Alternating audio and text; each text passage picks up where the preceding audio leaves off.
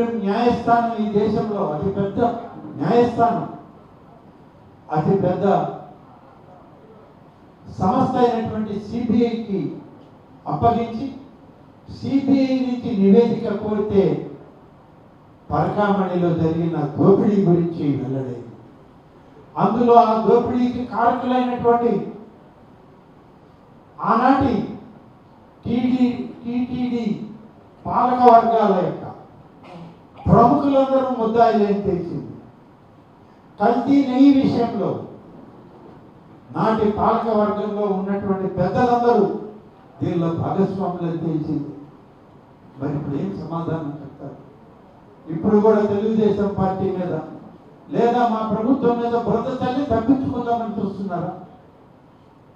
ఈ రాష్ట్రంలోనే కాదు, భారతదేశంలో ప్రపంచ దేశాల్లో ఉన్నటువంటి తెలుగు వాళ్ళందరూ హిందూ సనాతన ధర్మాలని నమ్మినవాడు, వైదిక ఆచారాలని పాటించేవాడు ఎంత పెద్ద తప్పు కలియుగ వైకుంఠంలో జరిగింది అని తెలిసి బాధపడుతూ ఆవేదనతో ఇటువంటి పాలక వర్గాలను మనం చూసింది ఇటువంటి వారిని గౌరవించిందని చెప్పి ఇవాళ బాధపడుతుంటే ఎప్పటికి కూడా మీలో కనీసం మేము తప్పు చేశామనేటువంటి ఆలోచన రాకుండా ఇంకా రాజకీయాలు చేయడానికి ప్రయత్నం చేస్తూ ఉన్నారంటే శోచనీయం, బాధాకరం. ఇకనైనా సిగ్గుతో తలదించుకోండి, రాష్ట్ర ప్రజలకి క్షమాపణ చెప్పండి, న్యాయస్థానాలకు లొంగిపోండి, న్యాయస్థానాలు ఇచ్చేటువంటి శిక్షకు మీరు తల వంచండి అని చెప్పి నేను నాటి పాలకులకు, అలాగే తిరుమల తిరుపతి దేవస్థానం పాలకవర్గ నాయకులకు, పాలకవర్గ అధ్యక్షులకు, అధికారులకు కూడా నేను ఈ సందర్భంగా తెలియజేస్తూ సెలవు తీసుకుంటాను. Thank you. చేయనటువంటి సంక్షేమ కార్యక్రమాలు ఇంత పెద్ద ఎత్తున జరుగుతూ కోట్లాది రూపాయలు పేద వర్గాల ప్రజలకి, మధ్యతరగతి రైతాంగానికి వాటి ప్రభుత్వం సహకరిస్తూ చేస్తూ పోతుంది. కానీ ఉనికి కోల్పోయినటువంటి, అసలు తమ స్థానమే తమకు తెలియలేనటువంటి స్థితిలో ఉన్న ఈ రాష్ట్రంలో కనీసం తమ పేరైనా అప్పుడప్పుడు గుర్తు చేసుకోవాలని చెప్పి ఉన్నటువంటి ప్రతిపక్ష పార్టీ, నేను మళ్ళీ పేరు చెప్పి వాళ్ళని గుర్తు చేయాల్సిన పరిస్థితి నేను ఉండకూడదని ఆ పేరు చెప్పదలుచుకోండి. ఇటువంటి ప్రతిపక్ష పార్టీ యొక్క పాత్ర ఏంటి? ప్రభుత్వానికి సహకారం అందించు, ఎక్కడైనా తప్పు చేస్తే మంచి చేయండి అని సలహా ఇవ్వదు. ఉన్న 10 మంది శాసనసభకు రాదు. మరి వాళ్ళు ఎందుకు శాసనసభ్యులుగా ఉన్నారో, ఎందుకు ప్రతిపక్ష పాత్ర మాకు ఇవ్వాలనుకుంటున్నారో వాళ్ళకి తెలియదు.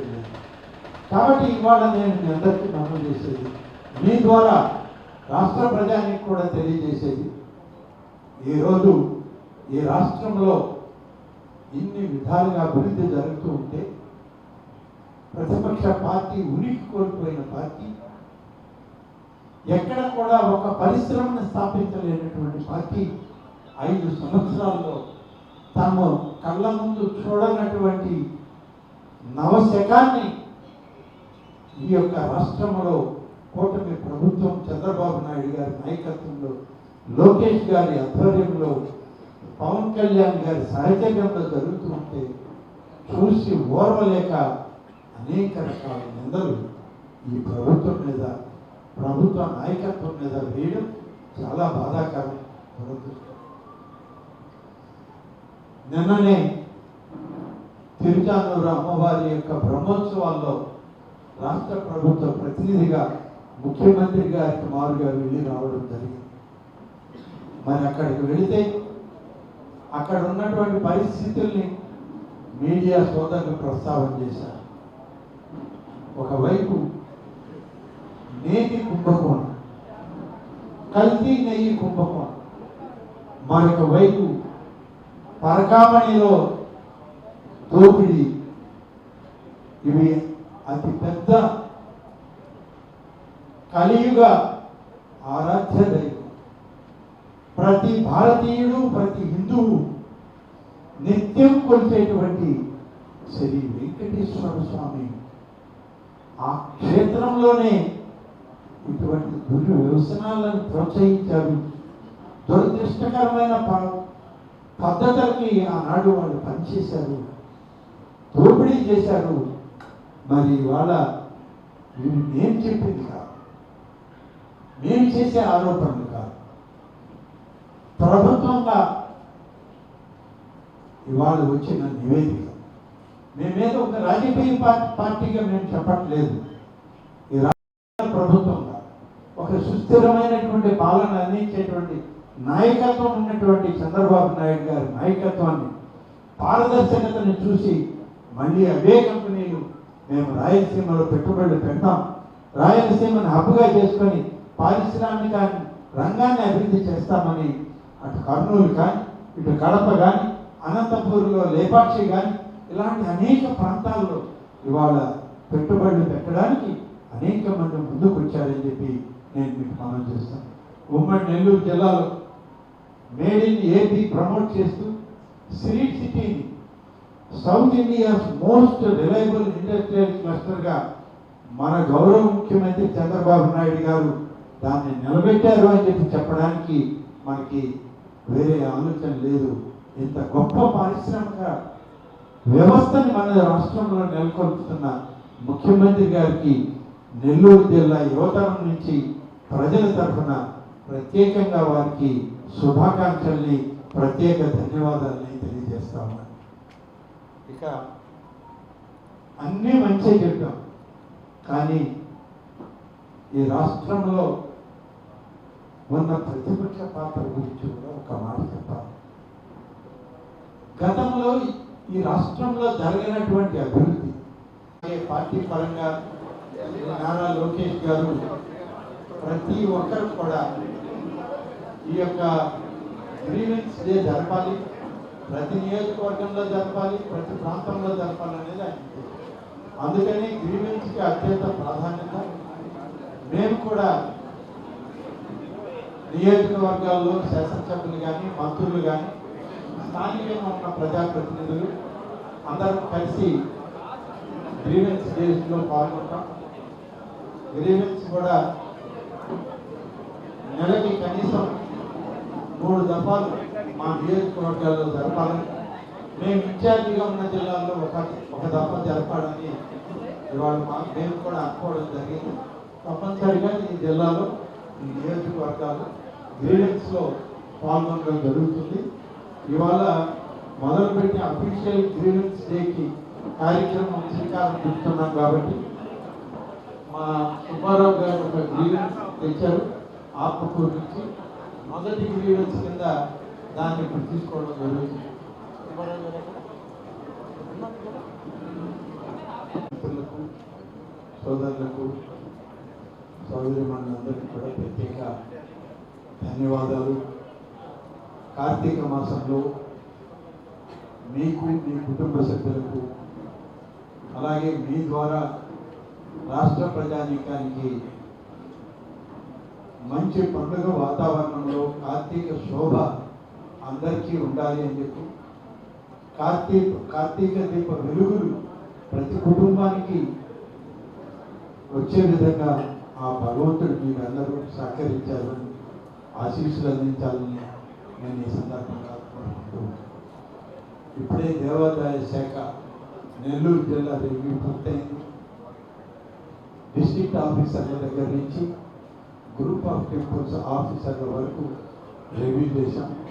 వారందరూ కూడా చాలా మంచి ఆలోచనలతో పనిచేసే వాళ్ళకి మరింత ప్రోత్సాహాన్ని ఇస్తాము.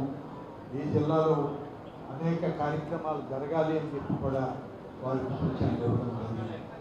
దానికి సంబంధించి నెల్లూరు జిల్లాలో ప్రధానంగా ఇవాళ DDMS అని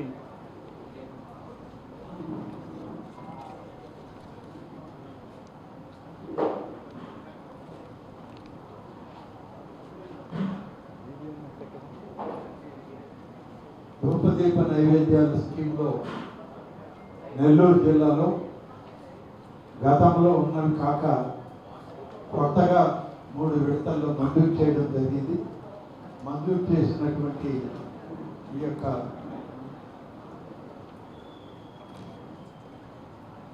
141 ఆలయాల్లో ధూపదీప నైవేద్యాల స్కీమ్లో ప్రతి నెల ఒక్కొక్క ఆలయంలో ఉండి అక్కడ దీపారాధన, ప్రసాదం, నైవేద్యం పెట్టేటువంటి వ్యక్తులకి గతంలో 5,000 రూపాయలు ఇస్తూ వస్తే ఇప్పుడు ప్రభుత్వం 10,000 రూపాయలకు పైకి ఇస్తూ ఉంది.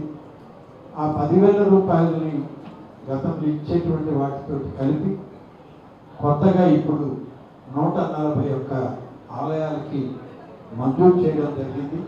వాళ్ళకు కూడా ఇప్పటికే 3 మాసాల నుంచి 10,000 రూపాయలు వస్తూ ఉంది. మొన్న నవంబర్ మాసంలో కొత్తగా మంజూరు చేసినటువంటి ఆలయాలకు కూడా దాదాపుగా 32 ఆలయాలు ఉన్నాయి. ఈ 32 ఆలయాల వాళ్ళకు కూడా రేపు 1వ తారీఖు నుంచి ధూపదీప నైవేద్యాలు 10,000 రూపాయలు మొత్తం వాళ్ళకు కూడా రావడం జరుగుతుంది. అలాగే ఇవాళ సిజిఎఫ్ పథకం కింద కామన్ గుడ్ ఫండ్ అనేటువంటిది ఒక దేవాదాయ శాఖలో ఒక స్కీమ్ ఉంది. ఎక్కడైనా పురాతన ఆలయాలు పునర్నిర్మాణం చేయాల్సి వస్తే అవసరమైన మేరకు స్థానికులు సహకరించేటట్లయితే దానికి మన జిల్లా ఉన్నటువంటి స్కీమ్లో 30% మ్యాచింగ్ గ్రాంట్ కాక దాన్ని స్థానికులు కట్టాలి. తర్వాత 70% రాష్ట్ర ప్రభుత్వం సమకూరుస్తుంది. అట్లా ఈ సంవత్సరం 4 మాసాల్లో 3 విడతల్లో మనం ఇవాళ మంజూరు చేసినటువంటి దేవాలయాల సంఖ్య 58 దేవాలయాలకి పునర్నిర్మాణ కార్యక్రమాలు మొదలుపెడుతున్నాం. దీనికి ఇప్పటి వరకు రాష్ట్ర ప్రభుత్వం మంజూరు చేసినటువంటి మొత్తం 118,45,00,000 రూపాయలని మంజూరు చేశాం. పునర్నిర్మాణ కార్యక్రమాలకి ఇప్పటికే ప్రణాళికలు తయారయ్యాయి. కొన్ని దగ్గర శంకుస్థాపనలు అయ్యాయి, కొన్ని దగ్గర పనులు జరుగుతూ ఉన్నాయి. వీటన్నిటినీ కూడా 18 మాసాల నుంచి 24 మాసాల లోపల ఈ ఆలయాలన్నింటినీ కూడా పూర్తి స్థాయిలో నిర్మాణం చేసి వాటికి విగ్రహ ప్రతిష్టాపనతోటి కుంభాభిషేకాలు కూడా చేసే విధంగా అందరూ కృషి చేయాలని చెప్పి నేను దేవాదాయ శాఖ అధికారులందరికీ కూడా ఇప్పుడే ఆదేశాలు ఇచ్చి సూచనలు ఇవ్వడం కూడా జరిగింది. ఇది దేవాదాయ శాఖ పరిధిలో జరిగేటువంటి కార్యక్రమం. ఇక రెండవది అతిపెద్ద కార్యక్రమం రేపు జరగబోతుంది. రేపు జరగబోయేటువంటి కార్యక్రమం ఈ రాష్ట్రం మొత్తం మీద ఉన్నటువంటి రైతాంగానికి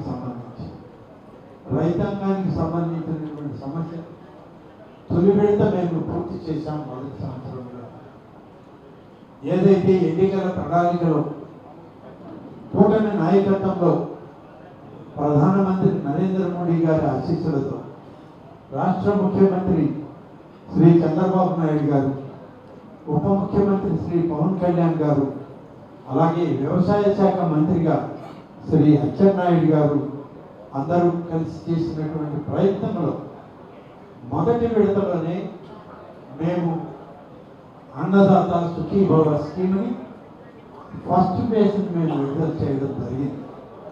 దాదాపు 46 లక్షల మందికి రైతులకి ఆ నిధులు విడుదల చేశాం. రాష్ట్ర ప్రభుత్వం నుంచి ఇచ్చే డబ్బు కానీ కేంద్ర ప్రభుత్వం ఇచ్చేటువంటి పిఎం కిసాన్ నిధులు కానీ కలిపి మొదటి విడత 7,000 రూపాయలు ఇవ్వబడతాయి. మళ్ళీ ఇవాళ రెండవ విడత పూర్తి చేయడానికి ఈ తొలి సంవత్సరంలోనే రెండవ విడత కార్యక్రమానికి శ్రీకారం చుడుతున్నాం. రేపు గౌరవ ప్రధానమంత్రి గారు పుట్టపర్తికి వస్తున్నారు. పుట్టపర్తిలో 100 సంవత్సరాల జన్మదిన వేడుకలు శ్రీ సత్యసాయి బాబా గారి కార్యక్రమంలో పాల్గొని వారు కోయంబత్తూరు వెళ్తారు తమిళనాడులో ఈ కార్యక్రమాన్ని నిర్వహిస్తారు. దానికి వారికి అక్కడ పిఎం కిసాన్ కార్యక్రమాన్ని వారు ప్రారంభిస్తే ఆంధ్రప్రదేశ్ రాష్ట్రంలో మన ముఖ్యమంత్రి గారు చంద్రబాబు నాయుడు గారు కడప జిల్లాలో ఉన్నటువంటి కమలాపురం నియోజకవర్గంలో ఈ రాష్ట్రంలో ఉన్న రైతాంగానికి అన్నదాత సుఖీభవ కార్యక్రమాన్ని విడుదల చేయడం జరుగుతుంది. రాష్ట్రం మొత్తం మీద పిఎం కిసాన్ అన్నదాత సుఖీభవ కార్యక్రమంలో 46,62,904 మంది రైతులకు 3,077 కోట్ల రూపాయలని రెండవ విడత రేపు విడుదల చేయబోతుంది. మొదటి విడత పూర్తయింది, రేపు రెండవ విడత. రేపు ఆ విధంగా విడుదల చేసే సమయానికి ఈ రాష్ట్రంలో ఉన్నటువంటి 175 నియోజకవర్గాలు రైతాంగానికి ఒకేసారి బ్యాంక్ అకౌంట్లకి కడప జిల్లా కమలాపురం నియోజకవర్గం నుంచి రాష్ట్ర ముఖ్యమంత్రి గారు అన్నదాత సుఖీభవ కార్యక్రమాన్ని అక్కడ బ్యాంక్ అకౌంట్లకి నేరుగా నిధులు రైతుల అకౌంట్లకు చేరుకునే విధంగా ఆ నిధులు విడుదల చేయడం జరుగుతుంది. అదే కార్యక్రమం ఈ రాష్ట్రంలో 175 నియోజకవర్గాల్లో కూడా స్థానిక శాసనసభ్యులు, మంత్రులు, ఇన్ఛార్జీలు, ఇతర అధికార ప్రతినిధులు అందరూ కలిసి రాష్ట్ర రైతాంగానికి తోడుగా నిలవడానికి రెండవ విడత నిధులను విడుదల చేస్తామని చెప్పి తెలియజేస్తా ఉన్నాను. ఆ విధంగా చేసే ఈ కార్యక్రమంలో నెల్లూరు జిల్లా వ్యాప్తంగా రేపు విడుదల చేయబోతున్నటువంటి అన్నదాత సుఖీభవ స్కీమ్ ప్రధానమంత్రి కిసాన్ కార్యక్రమం రెండవ విడత నిధులు 5,000 రూపాయలు రాష్ట్ర ప్రభుత్వం నుంచి, 2,000 రూపాయలు కేంద్ర ప్రభుత్వం నుంచి 7,000 రూపాయలు విడుదలవుతుంది.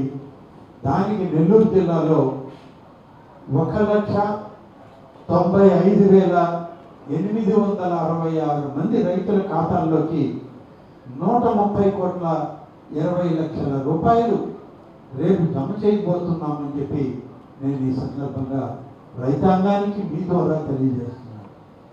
ఇది ప్రతి రైతుకి, రైతు కుటుంబానికి కూటమి ప్రభుత్వం ఇచ్చినటువంటి వాగ్దానం, ఇచ్చినటువంటి మాట నిలబెట్టుకునేటువంటి రోజు రేపటి రోజు. మొదటి విడత, రెండో విడత కూడా విడుదల చేస్తున్నామని చెప్పి నేను ఈ సందర్భంగా తెలియజేస్తాను.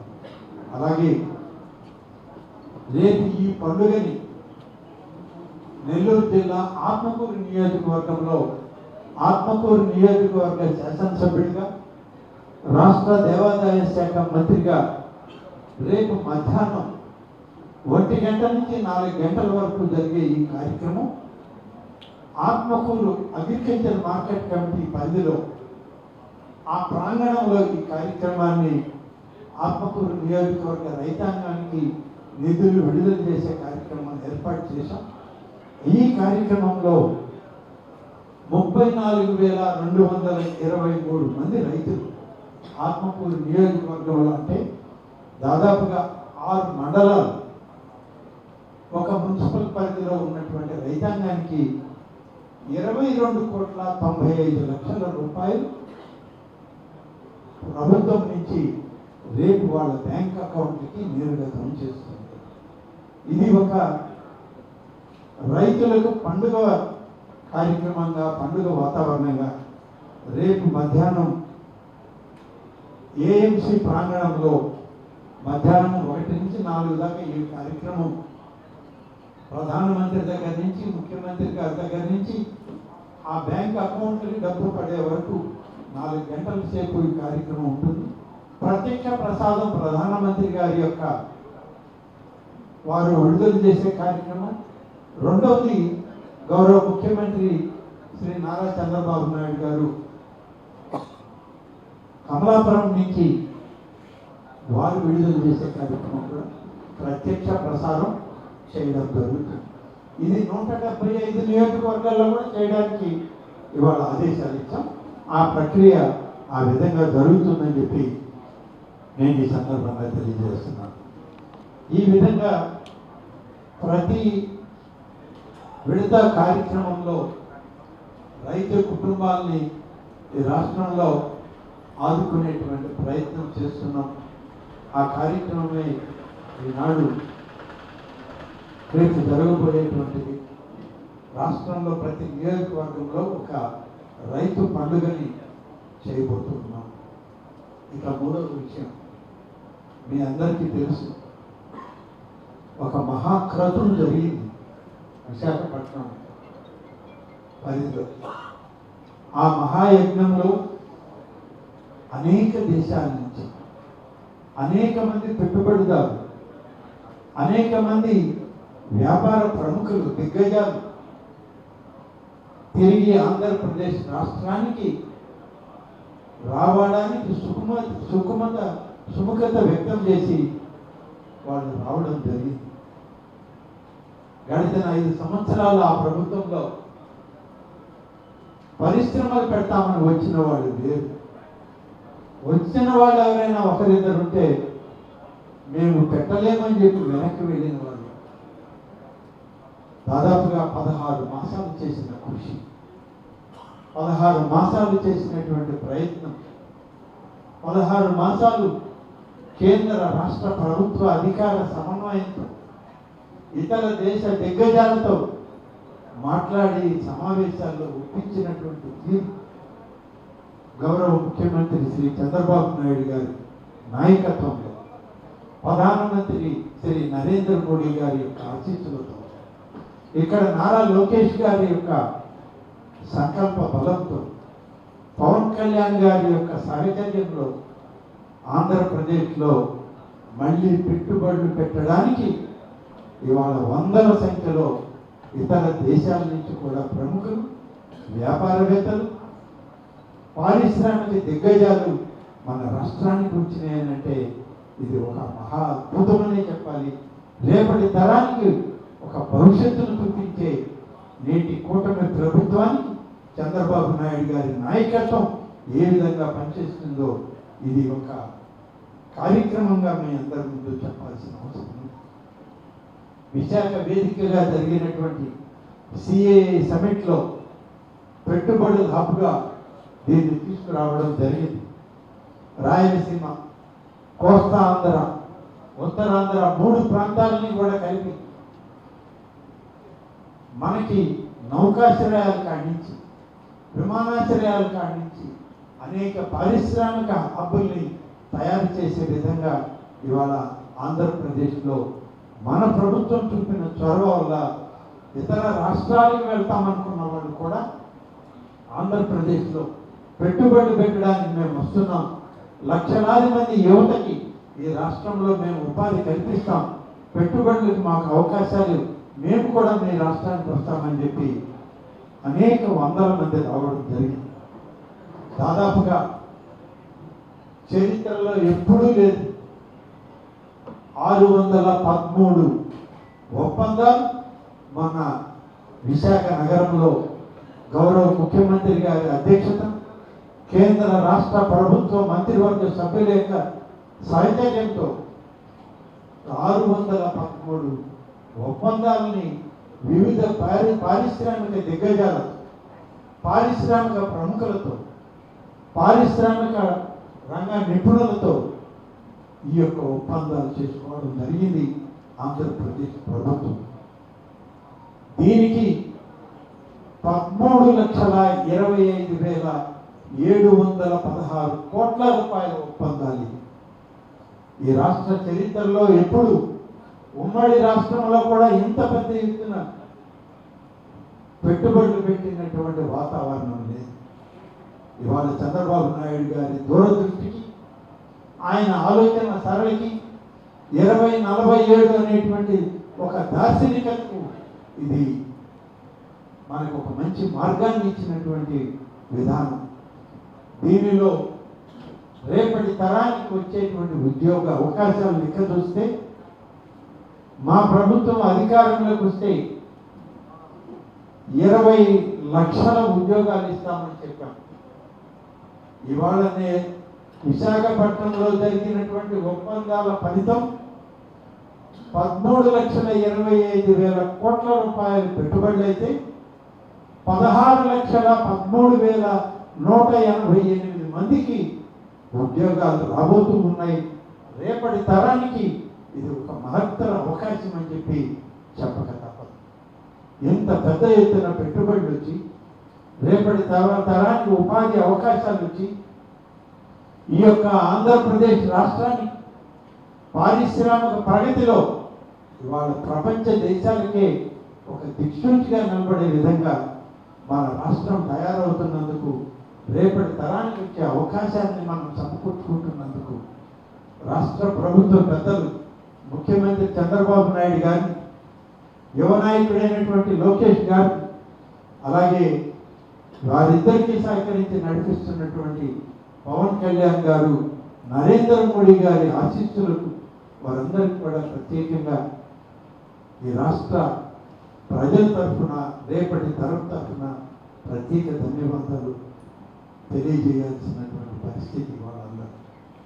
కాబట్టి ఈ సదస్సుకు ఒక రోజు ముందు రాష్ట్రంలో పెట్టుబడుల వరద ఎలా ఉందంటే, రేపు జరుగుతుంది సదస్సు అంటే ముందు రోజే 3,65,604 కోట్ల రూపాయలు పెట్టుబడులు పెడతామని చెప్పి వివిధ దేశాల నుంచి పారిశ్రామికవేత్తలు వచ్చి ముందే సంతకాలు పెట్టిన పరిస్థితి. సదస్సులో సంతకాలు పెట్టడం ఒక రకమైతే, సదస్సుకు ఒకరోజు ముందే 3,65,000 కోట్ల రూపాయల పెట్టుబడి, 1,26,471 ఉద్యోగాలు కల్పించే 35 సంస్థలు ముందుగానే పెట్టుబడులు పెట్టేదానికి సంతకాలు చేశారు. ఇది అసలు భారతదేశ చరిత్రలోనే అది ఒక నూతన అధ్యాయంగా చెప్పాల్సినటువంటి రోజు. ఒక్క రోజు 8.26 లక్షల కోట్లు పెట్టుబడి, తొలి రోజే 12 లక్షల ఉద్యోగాలు, రెండవ రోజు అంతా కలిపేటప్పటికీ నేను ముందు చెప్పినటువంటి సంఖ్య పెట్టుబడులు 13,25,00,000 పైన, 16,13,000 పైన ఉద్యోగాలు సంకల్పం జరిగింది అని చెప్పి మీ అందరికీ మనం చేస్తున్నాం. రాష్ట్ర రాజధాని అమరావతితో పాటు green energy, food processing industries, commercial వాణిజ్య విభాగాలు, ఇన్ఫర్మేషన్ టెక్నాలజీ, ఎలక్ట్రానిక్స్, టూరిజం, ఇలా అనేక విభాగాల్లో ఈ రాష్ట్ర ప్రభుత్వానికి పెట్టుబడులు వచ్చాయి. సంస్థలు నెలకొల్పడానికి దిగ్గజాలు ముందుకొచ్చారు. ఇది ఒక మంచి వాతావరణం ఆంధ్రప్రదేశ్ రాష్ట్రానికి. మరి ఆంధ్రప్రదేశ్ని స్వర్ణాంధ్రప్రదేశ్గా తీర్చిదిద్దాలన్నటువంటి కళ ఎంతో దూరంలో లేదు. 2047 ముఖ్యమంత్రి గారి విజన్ అయితే, ఇది 2029కి స్వర్ణాంధ్రని సాధించే దిశగా ఈ రాష్ట్రం అడుగులు వేస్తుంది చంద్రబాబు నాయుడు గారి నాయకత్వంలో అని చెప్పి నేను ఈ సందర్భంగా అందరికీ మనం చేస్తాను. కాబట్టి ఇవాళ ఎంత పెద్ద ఎత్తున నిధులు వస్తూ ఉన్నాయి, ఎంత పెద్ద ఎత్తున సంస్థలు మనకు వస్తూ ఉన్నాయి.